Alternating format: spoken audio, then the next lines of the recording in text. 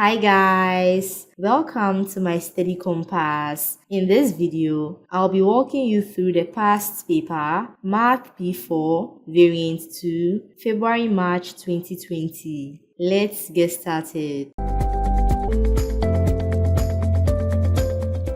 Danu has a model railway. He has a train that consists of a locomotive and 4 coaches. The mass of one locomotive is 87 grams and the mass of each coach is 52 grams. Work out the total mass of the train. The total mass of the train is equal to the mass of the locomotive, which is 87 grams, plus the mass of the 4 coaches, which is 4 times 25 grams. This gives us 295 grams. Work out the mass of the locomotive as a percentage of the total mass of the train. When setting up the percentage, the value after the off, which in this case is the total mass of the train, would be the denominator. The total mass of the train is 295 grams. So we have the mass of the locomotive, which is 87 grams divided by 295 grams times 100%. When we type this into the calculator, we get 29.5% rounded to 3 significant figures. The train is 61 centimeters long and travels at a speed of 18 centimeters per second. It takes 4 seconds for the whole of the train to cross a bridge. Calculate the length of the bridge. In this case, we need to apply this formula. D, which is the total distance traveled by the train, is equal to the length of the bridge plus the length of the train. When we make the length of the bridge the subject, this is what we get. The speed v of the train is 18 centimeters per second. The time t is 4 seconds and the length of the train is 61 centimeters. When we type this into the calculator, we get 11 centimeters. A new locomotive costs $64. Calculate the cost of the locomotive in rupees when the exchange rate is 1 rupee equals $0.0154. Give your answer correct to the nearest 10 rupees. First, we set up the conversion ratio. When we cross multiply and make x the subject, this is what we have. When we type this into the calculator, this is what we get. We need to correct this amount to the nearest 10. So we look at the number in the tens position, which is 5. The number after 5 is 5. So we add 1 to 5, giving us 6. The numbers after 5 become 0. The zeros that come after the decimal point are insignificant, so we ignore them. So we have 4,160 rupees rounded to the nearest 10. The cost of a railway magazine increases by 12.5% to $2.70. Calculate the cost of the magazine before this increase. Since the new price is a 12.5% increase on the old price, we add 12.5% to 100%, giving us 112.5%. So we have 112.5% of the original price equals $2.70. When we make the original price the subject, this is what we have, which is equal to $2.40.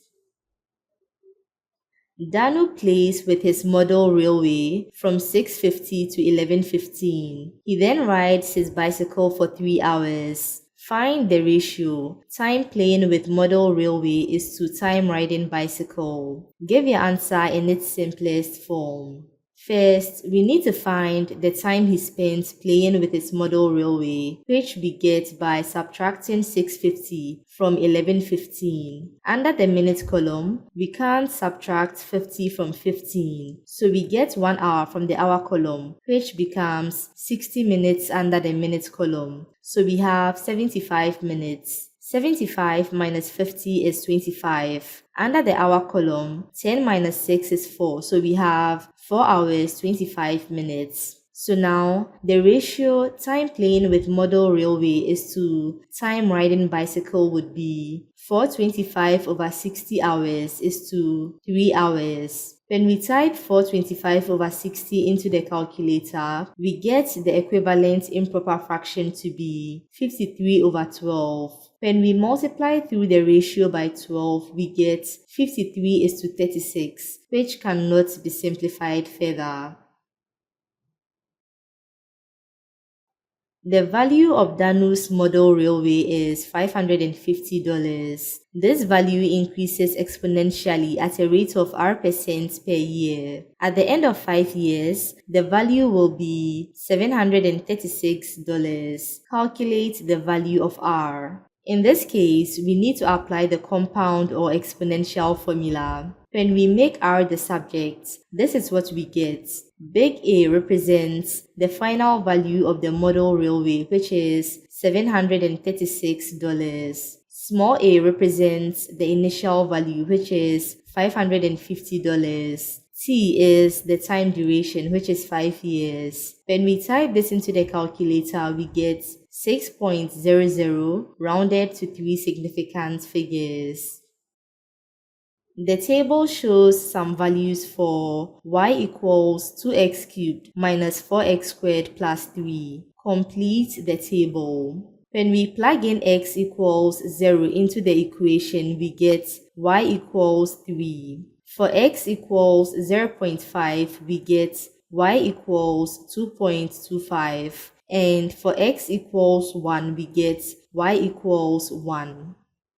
On the grid, draw the graph of y equals 2x cubed minus 4x squared plus 3 for x is greater than and equal to -1 and less than and equal to 2. On the grid, we plot all the points in the table and connect the points with a smooth line.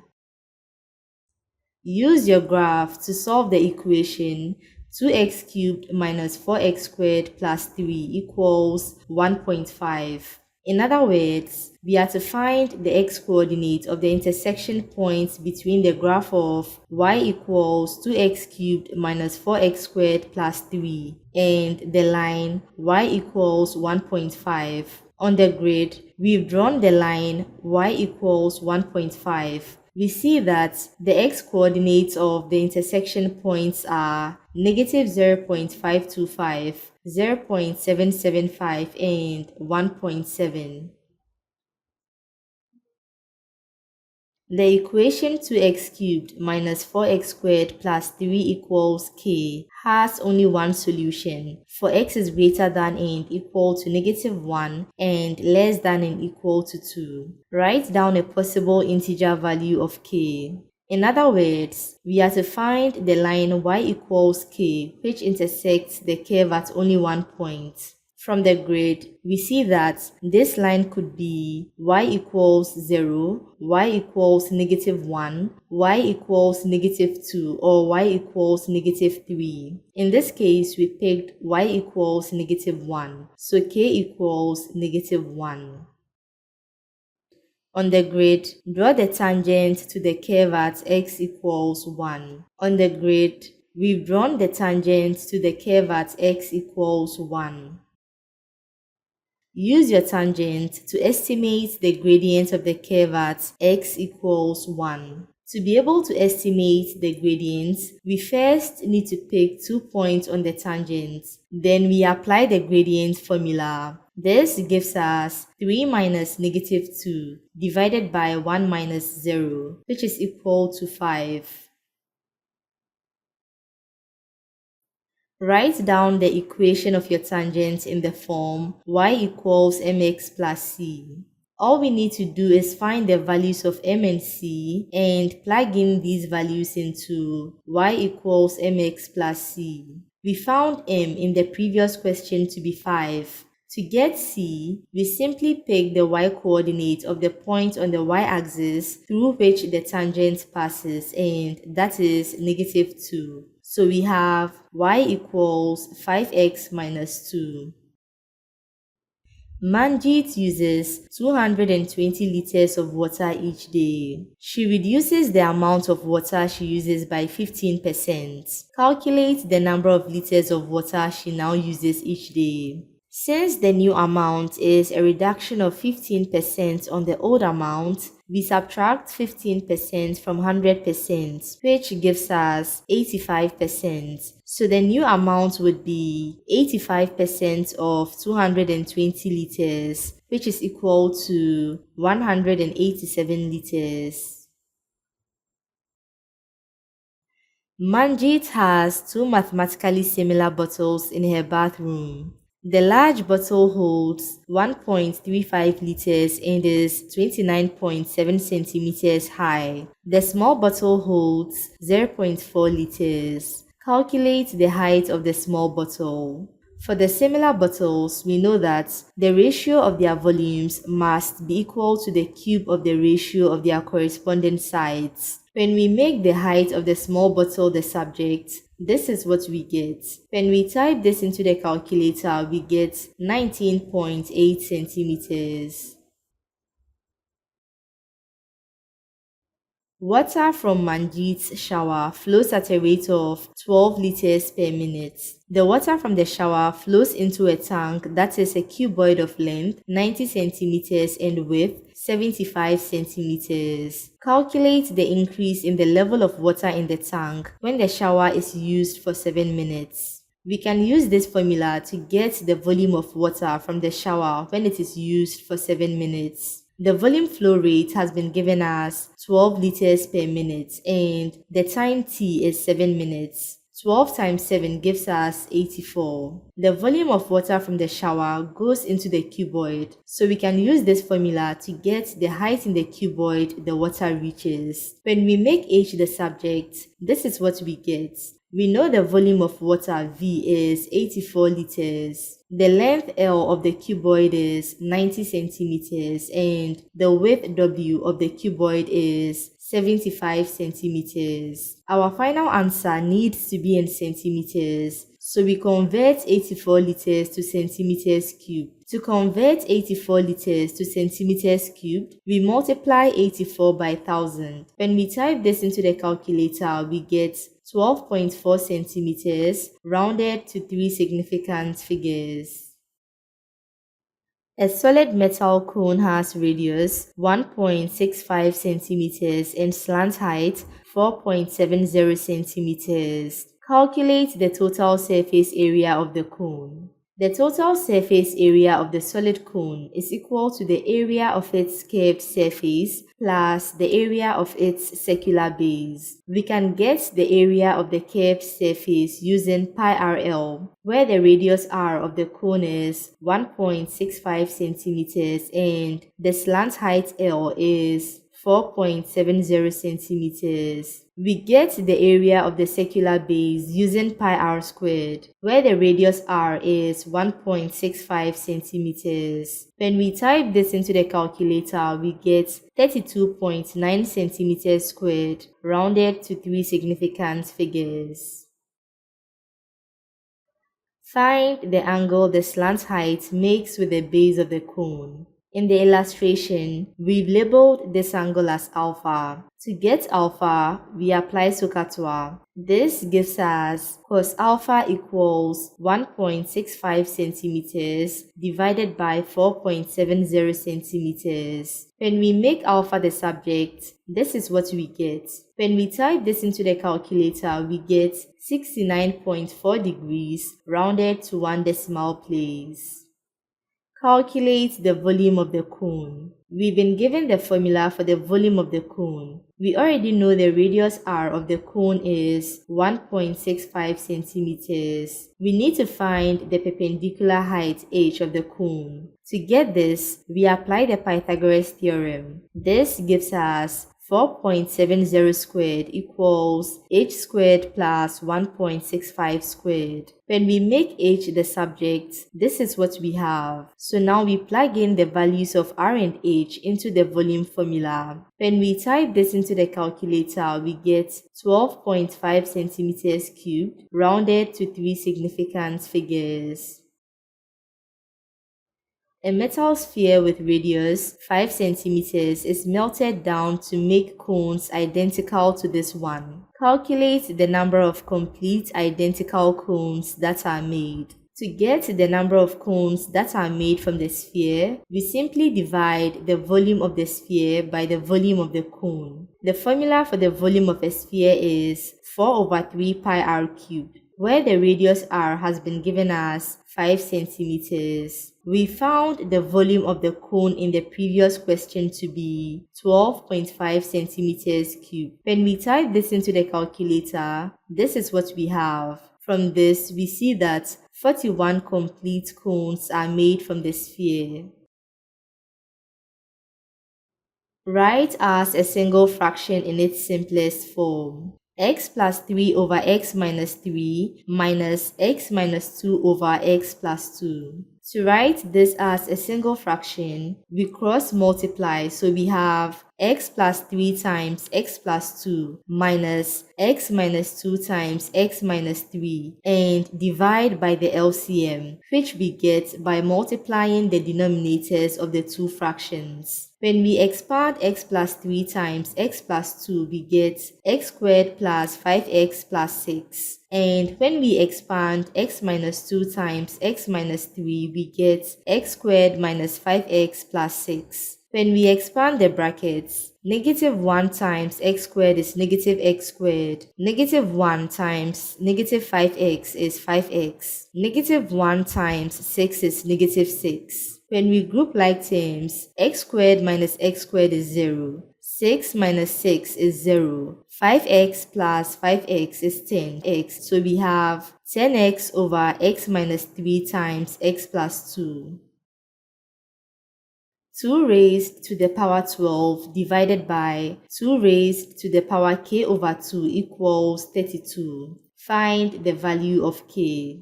Since these two have the same base and they are dividing, their powers subtract. So we have 2 raised to the power 12 minus k over 2. 32 can be expressed as a base of 2, which is 2 raised to the power 5. Since the bases on both sides of the equation are equal, then their powers must also be equal. So we have 12 minus k over 2 equals 5. When we make k over 2 the subject, this is what we get.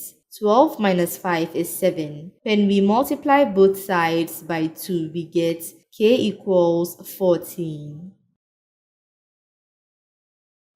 Expand and simplify. Y plus 3 times y minus 4 times 2y minus 1. First, we can start by expanding two brackets. When we expand y plus 3 times y minus 4, we get y squared minus y minus 12. So now we need to expand these two brackets. Each term in one bracket multiplies all the terms in the other bracket. So we have 2y cubed minus 2y squared minus 24y minus y squared plus y plus 12. When we group like terms, minus 2y squared minus y squared is minus 3y squared. Minus 24y plus y is minus 23y. So we have 2y cubed minus 3y squared minus 23y plus 12.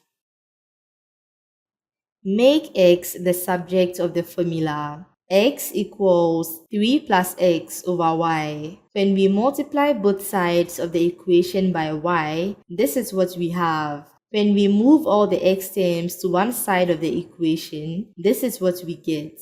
When we factor out x, we are left with y minus 1. When we divide both sides by y minus 1, we get x equals 3 over y minus 1.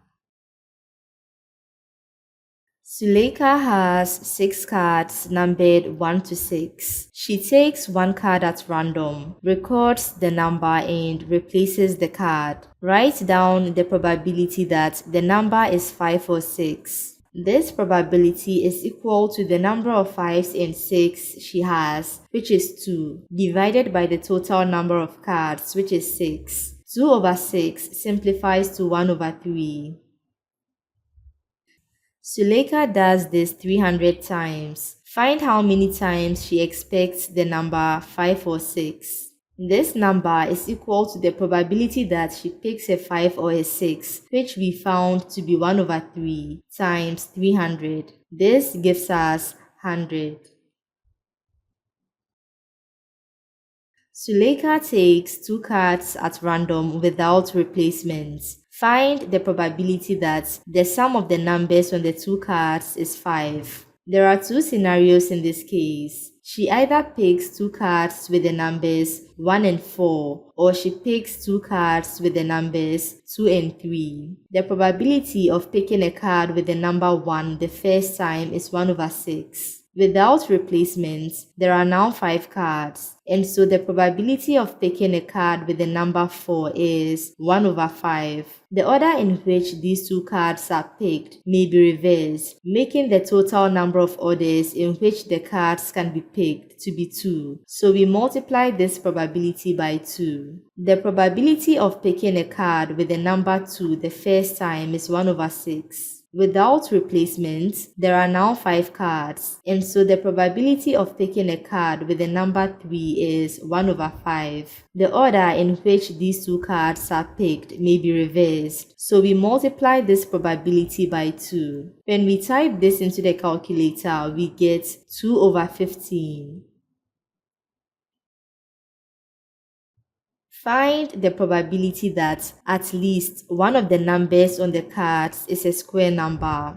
There are 2 scenarios in this case. She either picks 2 cards with 1 square number, or she picks 2 cards with 2 square numbers. Remember, the card deck has 2 square numbers, 1 and 4, so the probability of picking a card with a square number the first time is equal to the number of cards with a square number, which is 2, divided by the total number of cards, which is 6. Without replacements, there are now 5 cards, and so the probability of picking a card that doesn't have a square number is 4 over 5. The order in which these 2 cards are picked may be reversed, making the total number of orders in which the cards can be picked to be 2. So we multiply this probability by 2. The probability of picking a card with a square number the first time is 2 over 6. Without replacements, the probability that the second card picked also has a square number is 1 over 5. When we type this into the calculator, we get 3 over 5. Write down and solve an inequality in N. Naga had N marbles and she loses 5 marbles. So now Naga has N minus 5 marbles. Panav had 3 times as many marbles as Naga, which is 3N, and buys 10 marbles. So Panav now has 3N plus 10 marbles. When we sum up the number of marbles they have, it should be more than 105. So we have N minus 5 plus 3N plus 10 is greater than 105. N plus 3N is 4N. Minus 5 plus 10 is 5. When we subtract 5 from both sides, we have 4N is greater than 100. And when we divide both sides by 4, we get N is greater than 25. Y is inversely proportional to x squared. When x is 4, y is 7.5. Find y when x is 5. In mathematical terms, we write y is inversely proportional to x squared. We can rewrite this as y is equal to a constant, which we are going to call k, times 1 over x squared, which is k over x squared. From here, we need to find the value of k. We can get the value of k by plugging in the values of x and y given in the question. This gives us 7.5 equals k over 4 squared. When we make k the subject, we get k equals 120. Now that we have the value of k, when x is 5, y equals 120 over 5 squared, which is equal to 4.8. Find the nth term of each sequence. For this sequence, the terms have a constant difference of -2, so we can use this formula to get the nth term. A1, which is the first term, is 4. D, which is the common difference, is -2. When we expand the brackets, -2 times n is -2n. -2 times -1 is 2. When we group like terms, 4 plus 2 is 6, so we have 6 minus 2n. For this sequence, we see that the difference of the difference between the terms is constant, which means the sequence is a quadratic sequence. So we can use this formula to get the nth term. To get a, we equate 2a to the constant difference, which is 4. When we divide both sides by 2, we get a equals 2. To get b, we equate 3a plus b to the first term of the first difference, which is 6. We found a to be 2. When we make b the subject, we get b equals 0. To get c, we equate a plus b plus c to the first term of the sequence, which is 1. We found a to be 2 and b to be 0. When we make c the subject, we get c equals -1. When we plug in the values of a, b, and c into the nth term formula, we get 2n squared minus 1. The diagram shows a quadrilateral PQRS formed from two triangles PQS and QRS. Calculate QR. To get QR, we apply the sine rule to triangle QRS. This gives us QR over sine 25 equals 6 centimeters over sine 72. When we make QR the subject, this is what we have. When we type this into the calculator, we get 2.67 centimeters rounded to 3 significant figures. Calculate PS. To get PS, we apply the cosine rule to triangle PQS, and this is what we get. PQ is 7.4 centimeters, QS is 6 centimeters, and angle PQS is 34 degrees. When we plug in these values into the equation and make PS the subject, this is what we have. When we type this into the calculator, we get 4.14 centimeters rounded to 3 significant figures. Calculate the area of quadrilateral PQRS. The area of PQRS is equal to the area of triangle PQS plus the area of triangle QRS. When we apply the area of a triangle formula, half AB sine C to both triangles, this is what we have. When we type this into the calculator, we get 20.4 centimeters squared rounded to 3 significant figures. The diagram shows an open box A, B, C, D, E, F, G, H in the shape of a cuboid. AB is 20 centimeters, BC is 18 centimeters, and AE is 16 centimeters. A thin rod, AGX, rests partly in the box as shown. The rod is 40 centimeters long. Calculate GX, the length of the rod which is outside the box.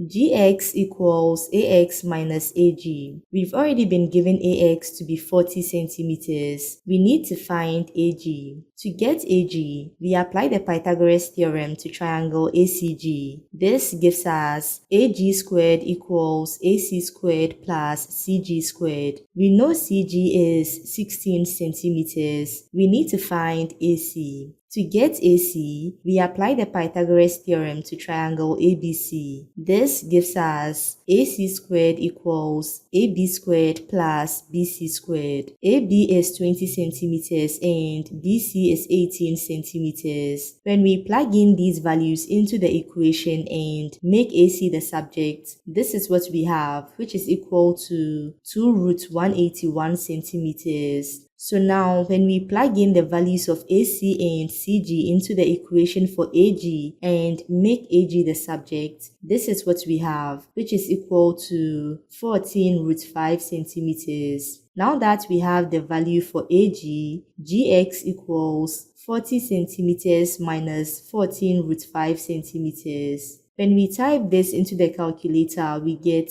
8.70 centimeters rounded to 3 significant figures. Calculate the angle the rod makes with the base of the box. On the diagram, we've labeled this angle as alpha. To get alpha, we apply SOHCAHTOA. This gives us tan alpha equals 16 centimeters over 2 root 181 centimeters. When we make alpha the subject, this is what we have, which is equal to 30.7 degrees rounded to 1 decimal place. Complete the Venn diagram. We are told each of the students traveled by one or more of plane, train or boat.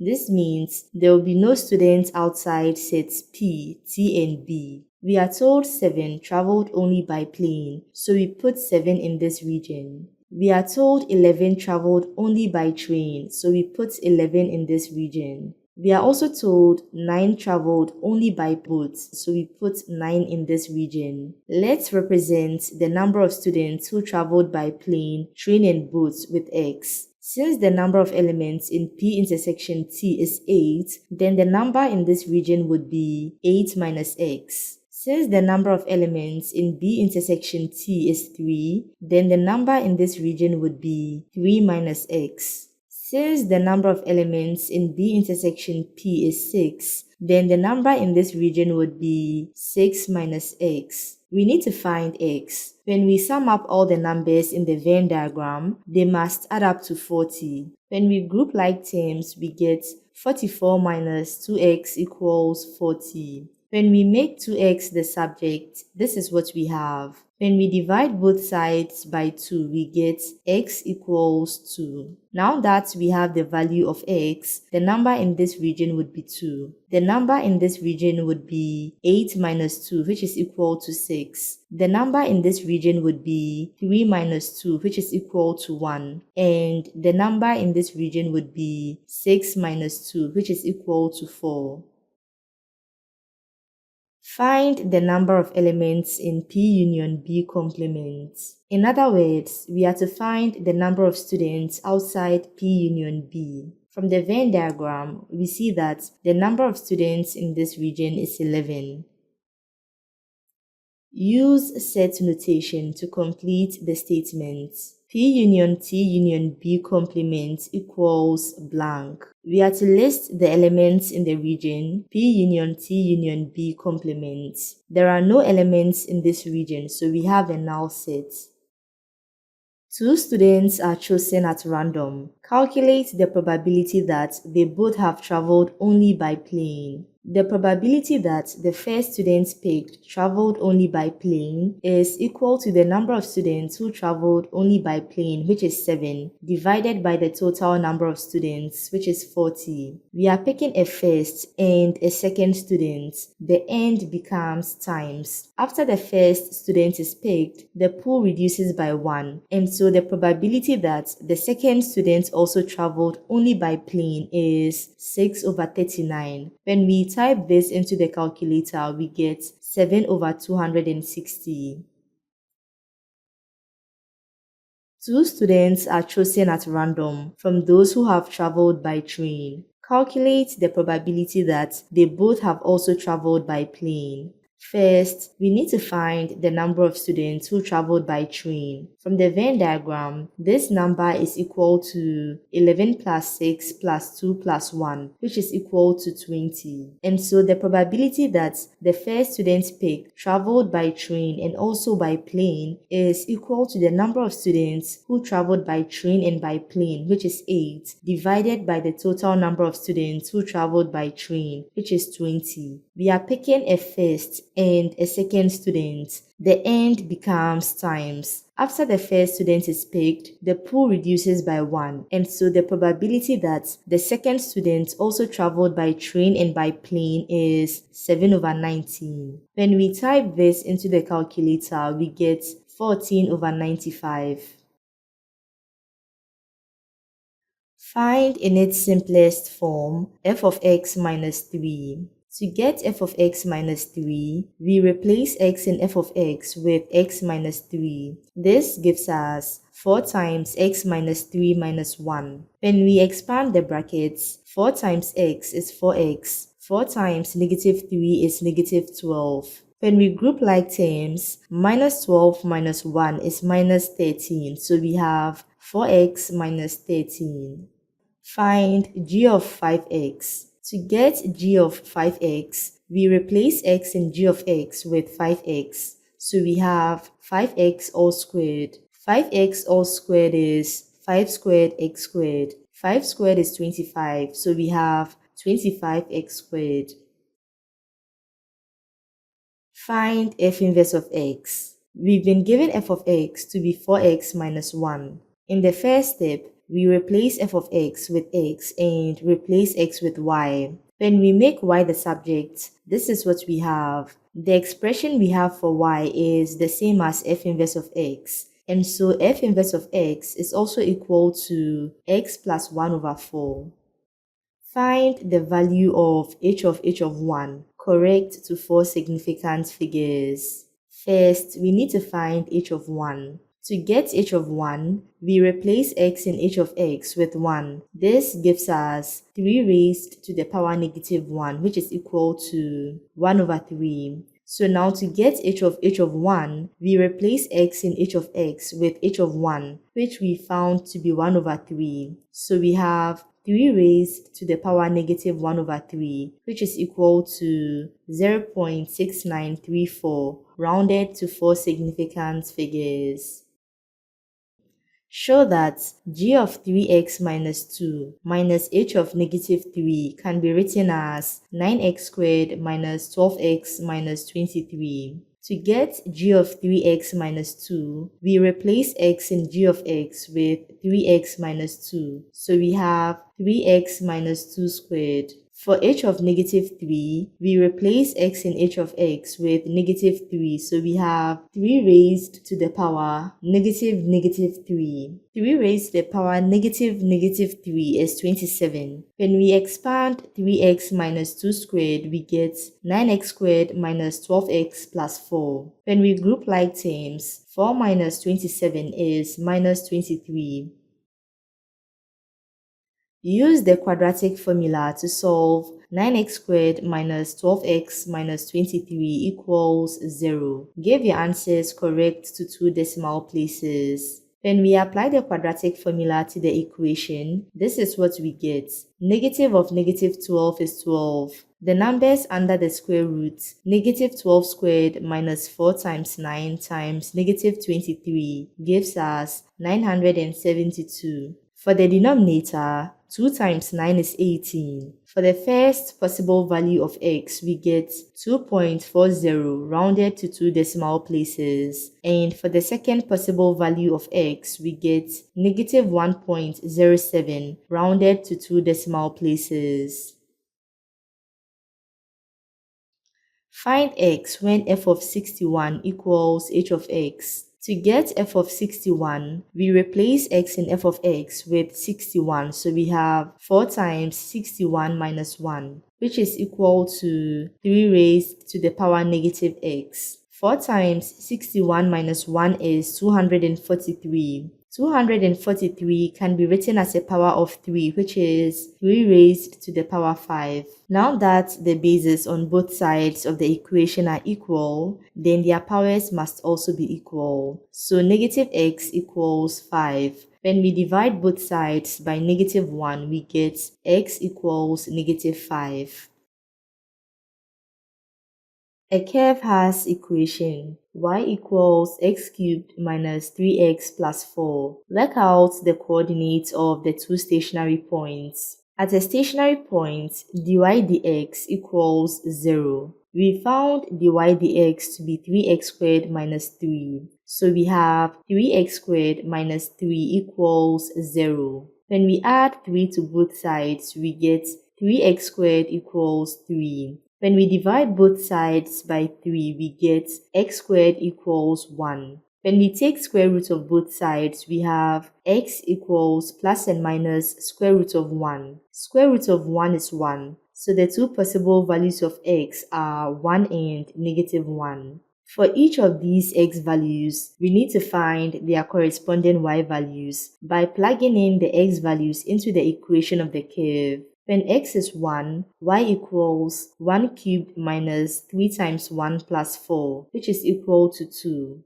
When x is negative 1, y equals negative 1 cubed minus 3 times negative 1 plus 4, which is equal to 6.